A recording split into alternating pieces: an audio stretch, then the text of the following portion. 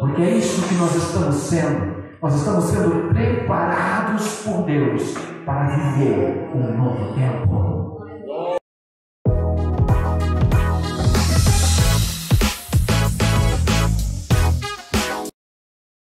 Que coisas são essas que o apóstolo nos fala? Que o ouvido não ouviu, que o olho não viu e que sequer subiram ao entendimento, ao coração do homem, mas que Deus preparou para aqueles que o amam. Normalmente nós costumamos pensar que é o porvir, as bênçãos do porvir, aquilo que o Senhor nos preparou no céu. E é claro que nós pensamos nisso até porque consideramos que vivemos em um tempo em que nos mostra que a igreja está sendo apertada aqui na terra. Jesus volta para nos levar para estar com Ele. E a Bíblia nos mostra de fato que aquilo que está preparado para nós realmente supera qualquer expectativa humana. O apóstolo Paulo, um homem de Deus que foi elevado até o terceiro céu, um arrebatamento de sentidos, nos fala em 2 Coríntios capítulo 12, versículo 4, que lá ele ouviu palavras inefáveis, as quais não é digno de ser falada aos ouvidos humanos. Palavras inefáveis são palavras que causam imenso prazer. São palavras indescritíveis, tão profundas, tão maravilhosas, que não são dignas de ser faladas a ouvidos humanos, inebriantes, encantadoras. Sim, de fato, lá haverá palavras e sons que nunca ouviram ouvidos humanos. O apóstolo João, no desafio descritivo do Apocalipse, nos mostra que lá também haverá coisas totalmente novas. De fato, quando ele foi escrever o Apocalipse para nós, o desafio era tão grande que o amanuense, o escritor que ele utiliza para escrever o Apocalipse, não é o mesmo que ele utiliza para escrever o seu Evangelho, o Evangelho de João. O escritor, o amanuense, que registra a profecia do Apocalipse, é alguém muito mais erudito, tem um vocabulário grego muito mais rebuscado, e não obstante, quando ele tem que descrever o céu, faltam-lhe as palavras. De tal forma que o apóstolo chega a dizer assim na sua descrição, quando ele vê a Nova Jerusalém, ela era como ouro puro, igual a vidro transparente. Como é que você une ouro puro com vidro transparente? São coisas totalmente distintas, mas é porque as coisas que estão lá, nenhum olho humano ainda viu. É totalmente inédito. São bênçãos maravilhosas. Sequer subiu ao entendimento humano. Mas será que então era isso que o apóstolo está falando aqui? Nós estamos no culto a cargo da EBD, e aquele que vem para a EBD e senta para aprender sabe que não podemos tomar nenhum versículo fora do seu contexto. E quando nós olhamos o contexto imediato, nós vamos observar que o apóstolo está falando aqui sim de coisas maravilhosas, de coisas incríveis, de coisas que ainda não foram pronunciadas e não foram vistas da maneira natural, mas é algo bem mais imediato, é algo bem mais atual, porque o versículo 10 ele complementa a mensagem. Observe, ele lendo o 9 e o 10 na sequência.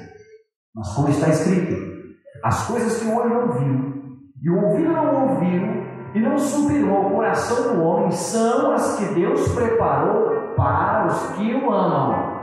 Mas Deus nos revelou pelo seu Espírito. Aleluia! Porque o Espírito penetra todas as coisas, ainda as profundezas de Deus. Então essas coisas maravilhosas que o apóstolo está falando são bênçãos extraordinárias, são bênçãos inéditas, de fato, mas são bênçãos que Deus quer dar para nós ainda hoje, ainda aqui, ainda agora. É uma realidade nova, é verdade, ainda não experimentada, mas é para ser experimentada, já que por que Ele nos revelou pelo seu Espírito. Mas para que você venha experimentar essas bênçãos inéditas, para que você venha alcançar essa sabedoria ímpar, essa realidade inefável, é preciso que seja através do seu Espírito. Então é uma realidade nova para ser experimentada aqui, mas sob a ação do Espírito Santo. Aleluia! Tem uma mensagem de Deus para você. Há um novo tempo para a sua vida. Há um tempo novo de Deus para a parada cristal. Há uma realidade nova de Deus que está chegando.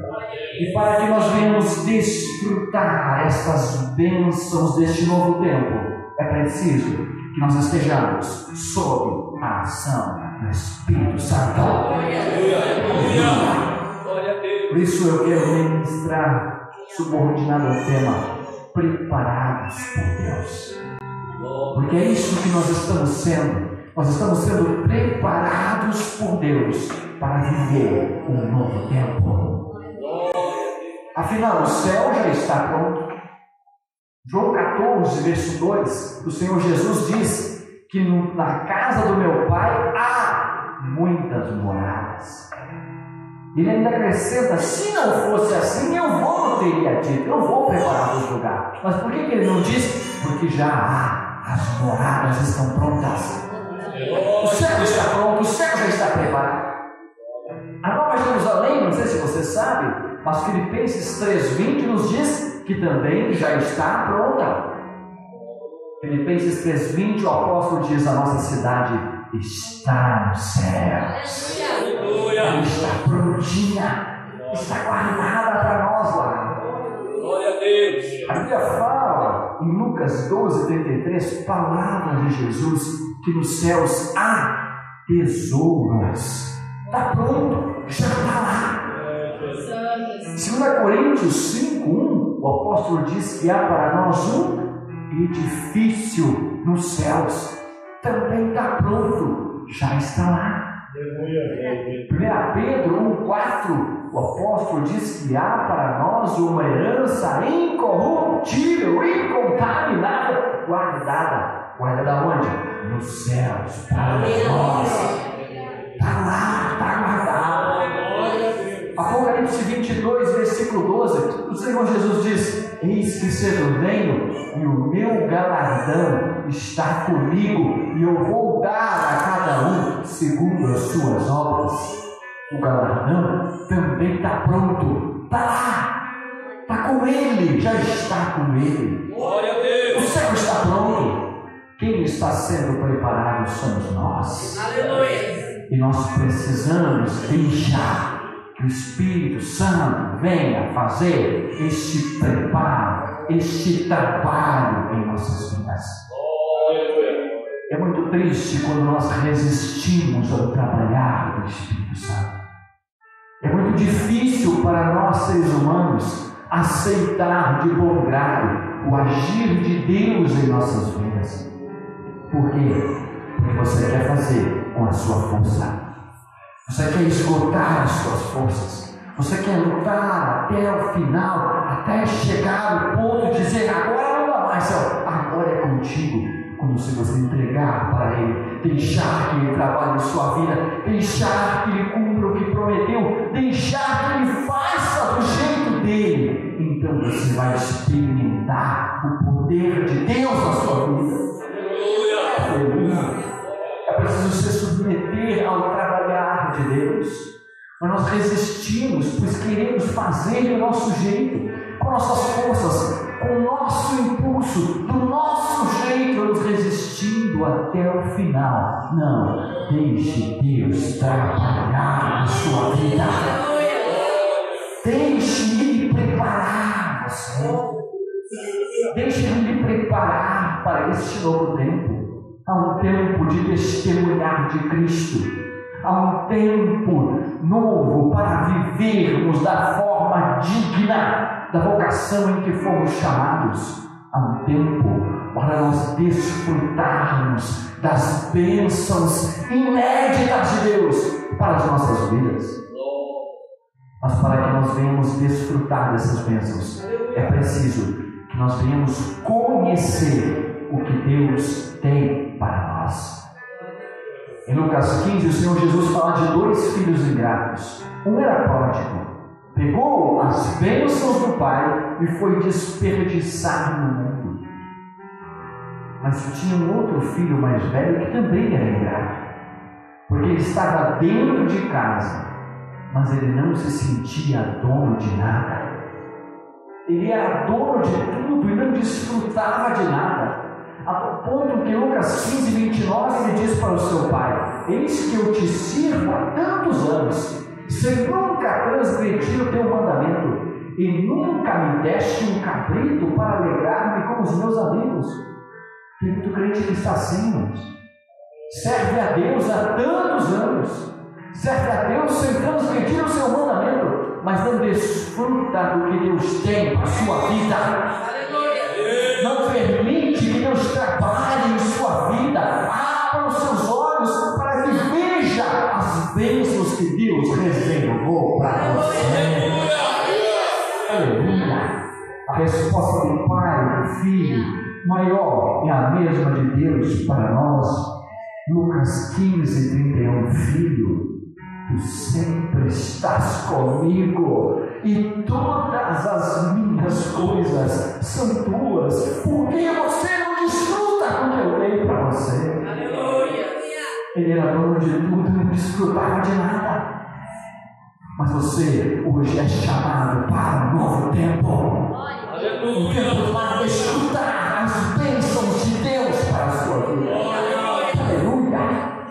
Para isso é preciso conhecer, é preciso sentar para aprender, é preciso deixar Deus trabalhar, é preciso aceitar o trabalhar do Espírito Santo na sua vida, é preciso sentar, vir ao culto. É para isso que temos EBD, é para isso que temos culto a cargo da EBD, para sentar e aprender de Deus.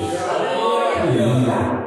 Veja aqui nessa passagem, 2 Coríntios capítulo 2, no versículo 12, que nós encerramos a leitura introdutória, o apóstolo diz o seguinte: mas nós não recebemos o Espírito do mundo, mas o Espírito que provém de Deus. Para quê? Para que pudéssemos conhecer o quê? O que nos é dado gratuitamente por Deus. Aleluia! Deus tem algo maravilhoso para você. Deus tem algo maravilhoso para esta igreja. Aleluia. Permita-se ser preparado por Deus. Permita que Deus faça o seu trabalhar na sua vida, porque Ele tem algo novo e grande, especial para você. Aleluia.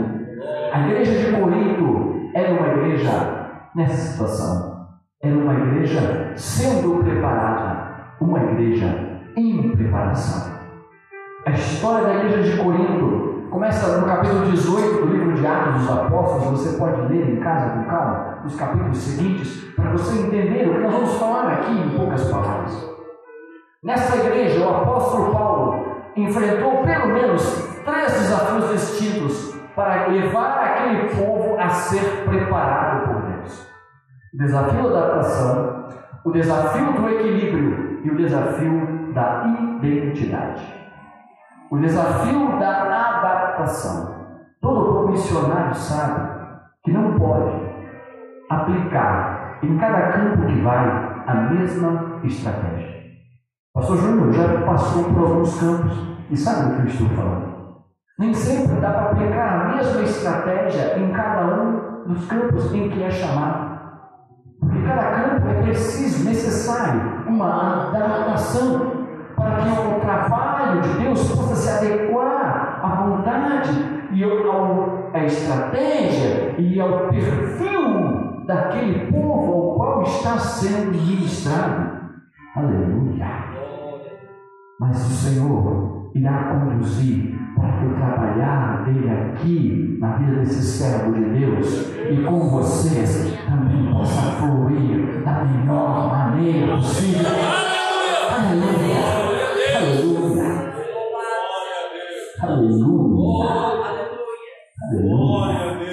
Uma mensagem de Deus para você, pastor. Deus vai lhe dar a bênção do Senhor realizar aqui todos os projetos que estão no seu coração para realizar nesta igreja. Embora nem todos serão no tempo que você deseja. Mas o Senhor virá realizar. E vocês vão experimentar a boa, agradável e perfeita vontade de Deus.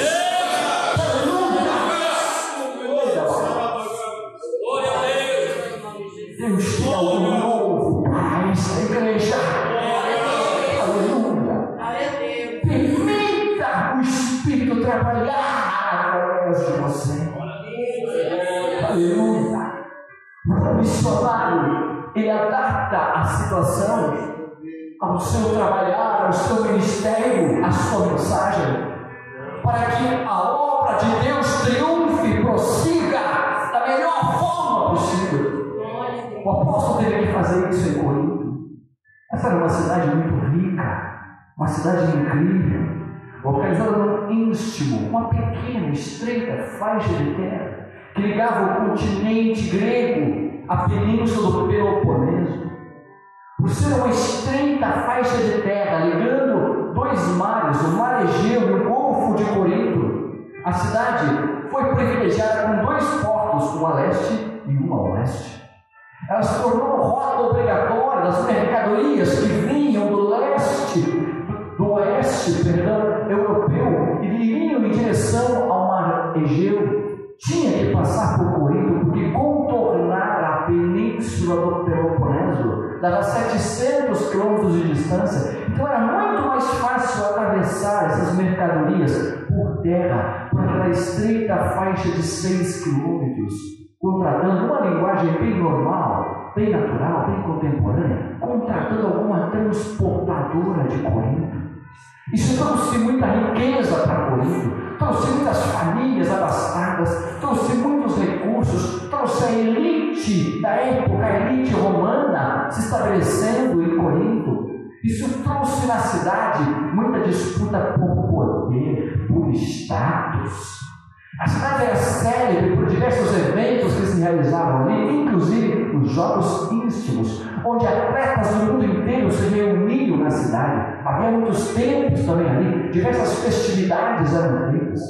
Mas a cultura da cidade, por ser uma cidade rica, abastada, era a busca por poder e status. As pessoas queriam aparecer, queriam se mostrar, queriam ali disputar poder e status na cidade. A elite gozava de privilégios, direitos, tratamento preferencial que o resto não gozava. Até as roupas que usavam eram meio de se mostrar na cidade. Por isso que nessa carta que o apóstolo vai legislar sobre essas coisas. Era muito importante para os coríntios o que os outros pensavam deles. Convites para festividades eram muito apreciados. E essa cultura foi trazida para dentro da igreja. Essa cultura, por busca de status, por busca de poder, por busca de aparecer, foi trazida para dentro da igreja de Corinto. E começou a causar problemas ali dentro, porque a cultura da comunidade invadiu a comunidade cristã. Havia também uma disputa de status por educação. Havia em Corinto os chamados sofistas. Eram sábios, hoje nós chamaríamos de filósofos, mas na época eram conhecidos como sábios, mestres da retórica, bons oradores, respeitados, admirados. Os coríntios pagavam para esses mestres para lhes ensinarem e lhes conferirem algum status de sabedoria. Esses mestres eram ambulantes e viviam pela cidade ensinando e brigando para trazer mais discípulos após si. Tipo coisas que acontecem no nosso meio aqui ou ali. Eles queriam status e eles cobravam pelos seus serviços altas somas. Mas como em Corinto o status era tudo, o povo estava disposto a pagar para se associar ao mestre de renome, ao mestre que lhes oferecesse um status. Quando o apóstolo Paulo, que era um homem sim muito erudito, era um homem que falava pelo menos 4 idiomas, hebraico, latim, aramaico e o grego, era um homem de elevada cultura, é o único apóstolo que cita pelo menos 3 escritores famosos da época, Epimenes, Arato e Meandro. Era um doutor da lei que aprendeu aos pés de Gamaliel. Era um homem poliglota e até hoje considerado uma das mentes mais brilhantes. Em Atenas, na grande Atenas, ele discutiu e discursou cercado de filósofos epicúreos e estoicos, e foi por eles convidados para palestrar publicamente no Areópago de Atenas. Era uma mente brilhante. Mas quando ele chega a Corinto, e ele tem que pregar naquela cultura pagã, naquela sociedade rica, que buscava status, poder, aparecer, ele faz uma renúncia por amor àquele povo. Ele renuncia o seu conhecimento, a sua erudição, a sua eloquência. E ele vai nos dizer aqui, no capítulo 2, versículo 4, a minha palavra e a minha pregação não consistiam em palavras persuasivas de sabedoria humana, mas em demonstração do Espírito e de poder. Aleluia! Por quê? Para que a vossa fé não se apoiasse em sabedoria dos homens, mas no poder de Deus. Aleluia! Porque isso é um missionário se adaptando para não causar impedimento ao Evangelho. É um missionário renunciando o seu próprio estilo para que a comunidade reconheça a importância da mensagem que é pregada. Os sofistas cobravam altas somas de dinheiro pelas suas mensagens rebuscadas de retórica impecável. O apóstolo oferece de graça, porque de graça recebemos e de graça damos. Os sofistas consideravam o trabalho manual algo inferior, indigno deles que eram muito sábios. O apóstolo arregaça as mangas e vem trabalhar junto com os trabalhadores. Ele vem trabalhar e fazer tendas para se sustentar, para não ser confundido com aqueles enganadores. Os sofistas querem ensinar apenas a alta sociedade, aqueles que podem pagar pelos seus serviços. O apóstolo trata a todos indistintamente. Aleluia! Ele não se prendeu nem mesmo aos judeus que eram o seu próprio povo, mas ele quis reforçar, e a mensagem precisava ser recheada do poder de Deus. Aleluia! E essa foi a mensagem a qual ele anunciou. É essa mensagem que ele compara a sabedoria de Deus. E ele diz que a sabedoria de Deus difere da sabedoria dos homens. Porque se os homens conhecessem a sabedoria de Deus, eles não teriam crucificado ao Senhor Jesus Cristo. Mas a sabedoria de Deus é aquela que nós falamos, ela oculta em mistério. Sim, e aí ele vai dizer, porque aquilo que o olho não viu, e o ouvido não ouviu, e não subiu ao coração dos homens, são as coisas que Deus preparou para nós, para aqueles que o amam. E Deus nos revelou pelo seu Espírito. Este era o conteúdo da mensagem apostólica. Vencido o desafio da adaptação. E o povo agora é incentivado a buscar o poder do alto, o poder e o trabalhar do Espírito Santo, a permitir que o Espírito de Deus trabalhe e realmente atue nas vidas. E quando onde há o Espírito Santo, aí há liberdade. Aleluia! Você não precisa dizer, vira para o seu irmão, vira para a sua irmã, levanta a mão, abaixa a mão, porque onde há o Espírito de Deus, aí há liberdade.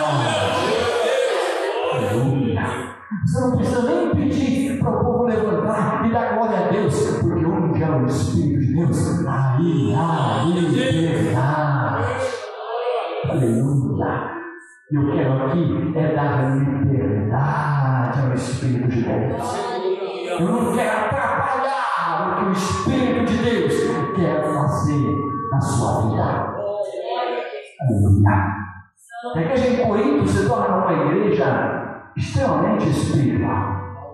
Uma igreja que fluía nos dons espirituais. Tanto que em 1 Coríntios mesmo, capítulo 1, versículo 7, o apóstolo vai dizer que nenhum dom lhes faltava. Nenhum. Não faltava nenhum em Corinto. Tinha todos. Tinha ali a palavra da sabedoria.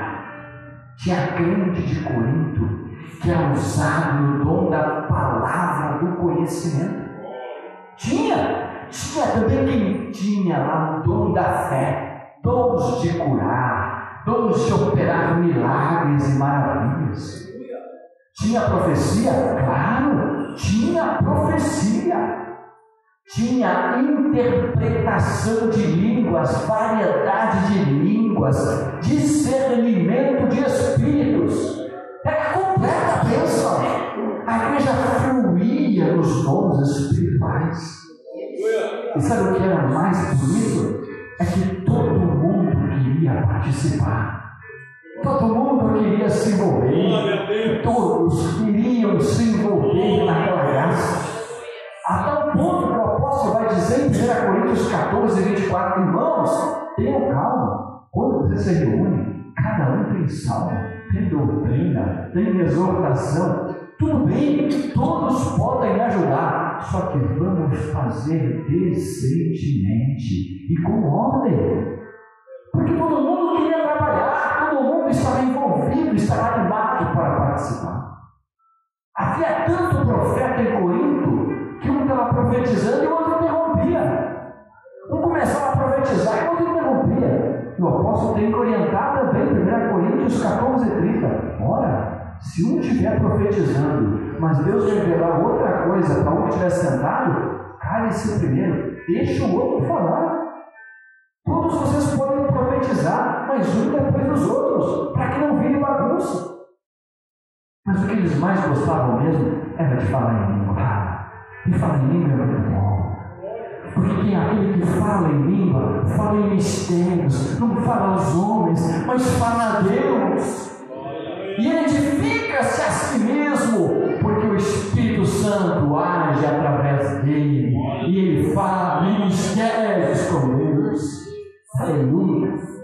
E em Corinto todos queriam falar a língua. E todos queriam falar mais língua que o outro. E queriam falar ao mesmo tempo.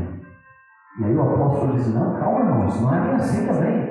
Senão vai entrar um indulto na igreja, vocês todos ferrando língua, vão pensar que vocês estão loucos. Calma, vamos colocar uma ordem, vamos falar no momento certo, vamos nos ajustar, para que o Senhor possa trabalhar no nosso meio com ordem, para nós dentro da igreja.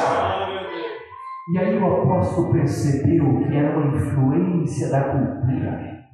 Pois que uma vez que o Espírito Santo, o fluir nos dons espirituais, era destacado na igreja, o apóstolo percebeu que a fluência nos dons espirituais para aquela igreja estava se tornando uma espécie de status.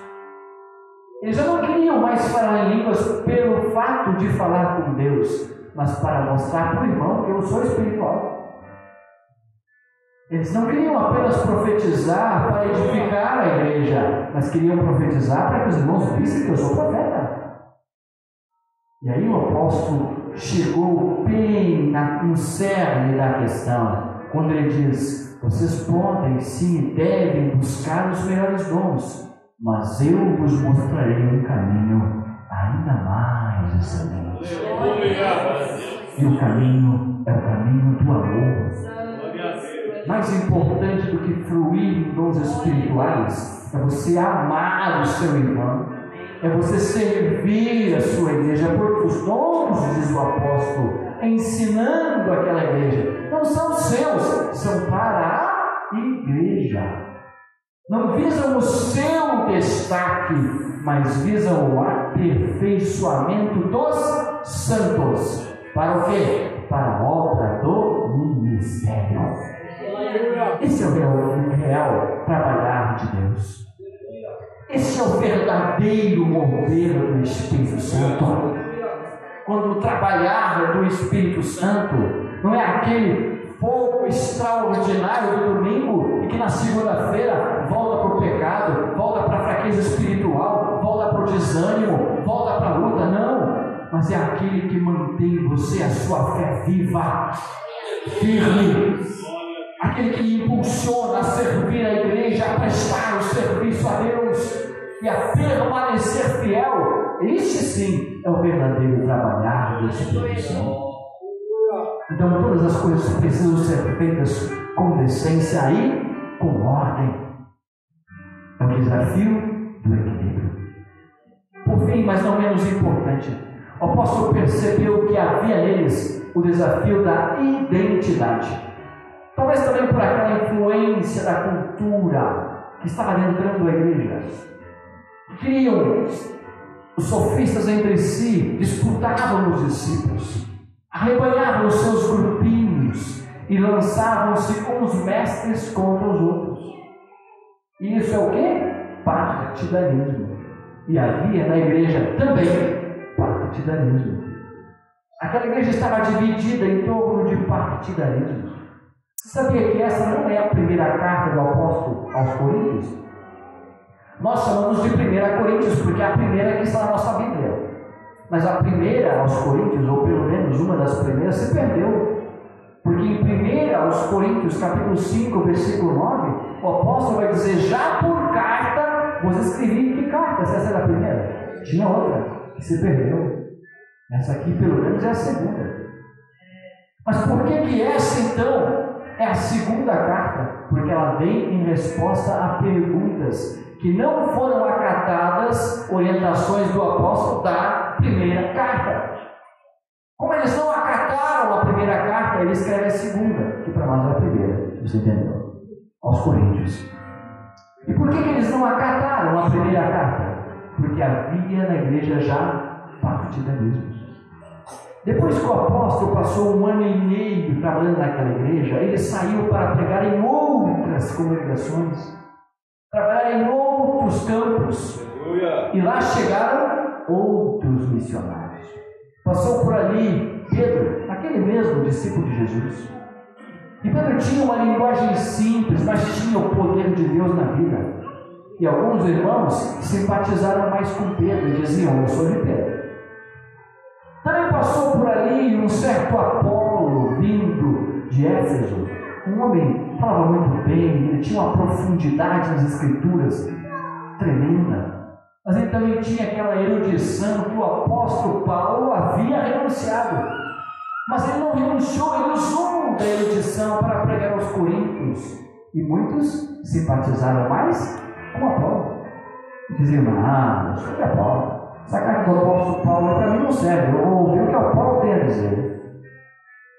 E a igreja estava dividida entre grupos. Uns diziam: eu sigo Paulo. Outros diziam: não, eu sigo Apolo. Outros diziam: não, para ser bom mesmo tem que ser discípulo de Jesus, então eu sou discípulo de Pedro. E tinha uns ainda mais espiritual que diziam: não, eu sou discípulo de Cristo. E esses que eram discípulos de Cristo eram os mais espiritual ainda, eles não acatavam a orientação de ninguém, era só eles.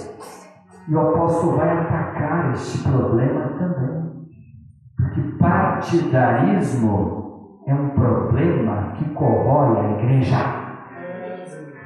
Partidarismo é um problema que destrói a fraternidade cristã. Cada um tem o seu tempo. Deus dá um tempo para que cada um trabalhe debaixo do céu, junto à sua igreja. Não adianta eu ficar preso a outro tempo. Eu vou falar, irmãos, que o Senhor mandou, eu vou falar. Não adianta eu ficar preso a outro tempo, quando Deus está nos abrindo um novo tempo para viver. Glória a Deus. Cada um trabalha e ministra no seu tempo, e dentro das suas possibilidades e potencialidades, deve dar o seu melhor para o Senhor, sabendo que prestamos contas ao mesmo e justo juiz.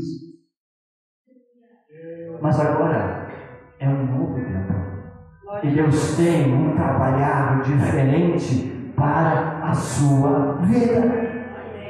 Enquanto esse problema foi tão grande, irmãos, foi tão grave, foi tão elevado, que os irmãos estavam indo aos tribunais contra os irmãos. O irmão estava levando o irmão ao tribunal, porque era do partido contrário, para desacreditar o partido contrário. Os irmãos estavam se degladiando entre si, querendo superar o outro, querendo desacreditar o outro, querendo arrebanhar os discípulos após si. O problema da comparação é um problema terrível. É injusto você se comparar com o irmão, porque se Deus precisasse que você fosse igual ao irmão, não teria feito você como você é. Cada um Deus usa nas suas potencialidades. E se Deus colocou você para o trabalho, dê o seu melhor durante o tempo que Deus lhe conceder. Para que quando o seu tempo terminar, Deus colocar outro ali, Ele vai fazer o trabalho dele, conforme Deus lhe concedeu para ele. E assim, mesmo nessa rotatividade e nessa sucessão, Deus vai preparando a nós.